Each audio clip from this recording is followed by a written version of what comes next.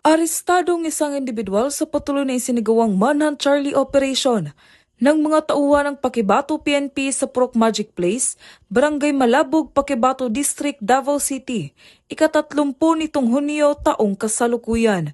Kinilala ni Police Major Jack L. Tilcag, Station Commander ng Pakibato Police Station ang suspect na si alias Ossie, 45 taong gulang, may asawa, isang magsasaka na pawang residente ng sitio Mandagason, Barangay Tapak, Pakibato District, Davao City, dating miyembro ng Communist Terrorist Group na kabilang sa grupong Pulang Bagani Command 1, Southern Mindanao Regional Command at tinaguri ang most wanted person sa nasabing lugar.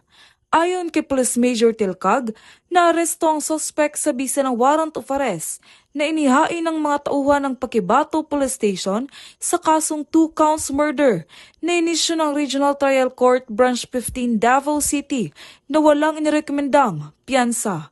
Sa katunayan, ang suspect ay nasa kustodiya na ng nasabing istasyon upang dumaan sa tamang disposisyon.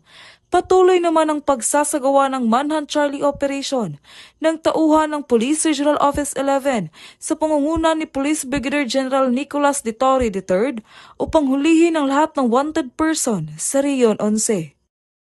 Mula dito sa Police Regional Office 11, ako yung PNN Correspondent, Patrol Woman Philippines Sarinain, alagad ng batas tagataguyod ng Balitang Pulis.